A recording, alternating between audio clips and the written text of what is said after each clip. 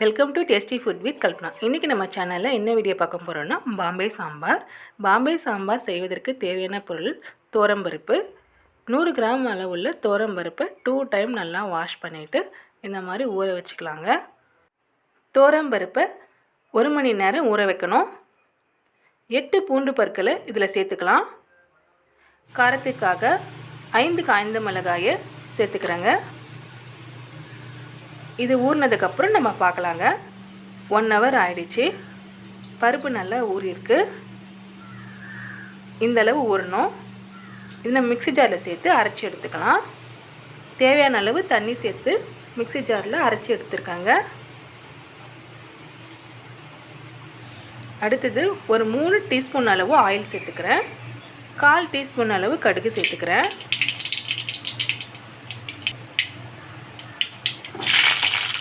10 பூண்டு பற்கள் சேர்த்துக்கலாங்க. வெங்காயம் சேர்த்துக்கலாம்.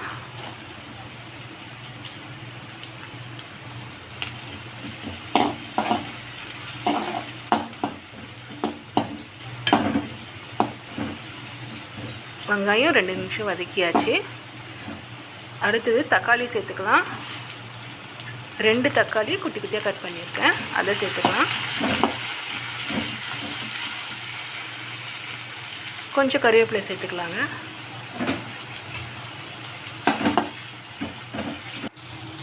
பெருங்காயத்தூள் சேர்த்துக்கலாம்.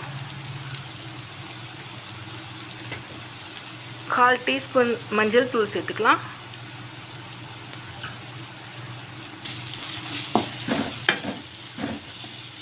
இது எல்லாத்தையும் வதக்கி விட்டுக்கலாம். தோரம்பருப்பு ஊற வச்சோம்ல, அந்த தண்ணி தாங்க இது.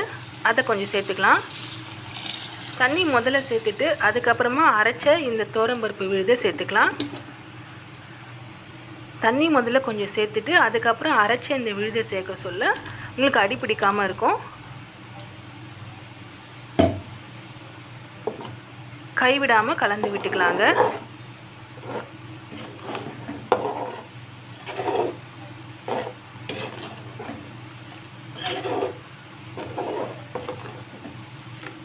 இப்படியே 5 நிமிஷம் நம்ம கலந்து விட்டுட்டே இருக்கணும், இல்லைன்னா கெட்டி கெட்டியாக ஆகிடும்.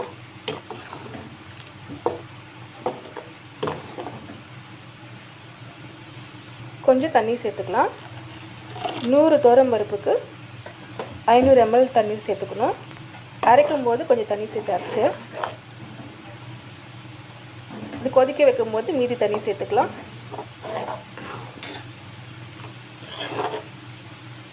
சாம்பார் கொதிக்க கொதிக்க உங்களுக்கு கெட்டியாகிட்டே இருக்கும். அதனால் 500 ml தண்ணீர் தேவைப்படுங்க. தேவையான அளவு உப்பு சேர்த்துக்கலாம். கைவிடாமல் கலந்து விட்டுட்டே இருக்கணும், அடியில் தங்கிடும்.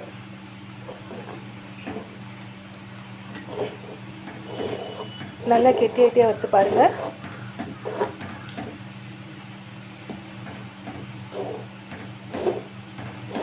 நல்லா வேகும் போது இந்த மாதிரி பதத்துக்கு வருங்க.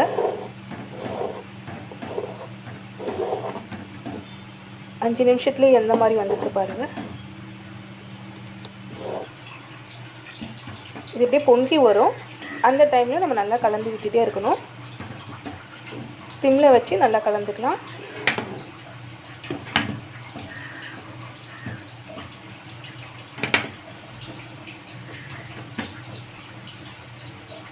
ஒரு 5 நிமிஷம் நல்லா கொதிக்கிட்டோங்க.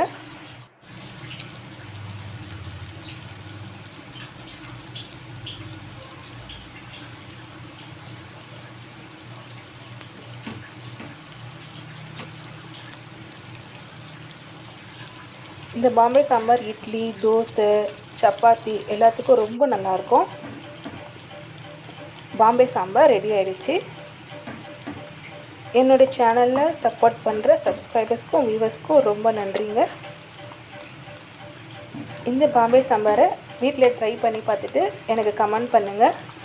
இந்த வீடியோ உங்களுக்கு பிடிச்சிருந்தா நம்ம சேனலை சப்ஸ்கிரைப் பண்ணிவிடுங்க, லைக் பண்ணுங்கள், ஷேர் பண்ணுங்கள். அடுத்த வீடியோவில் நான் உங்களை சந்திக்கிறேன். நன்றி, வணக்கம்.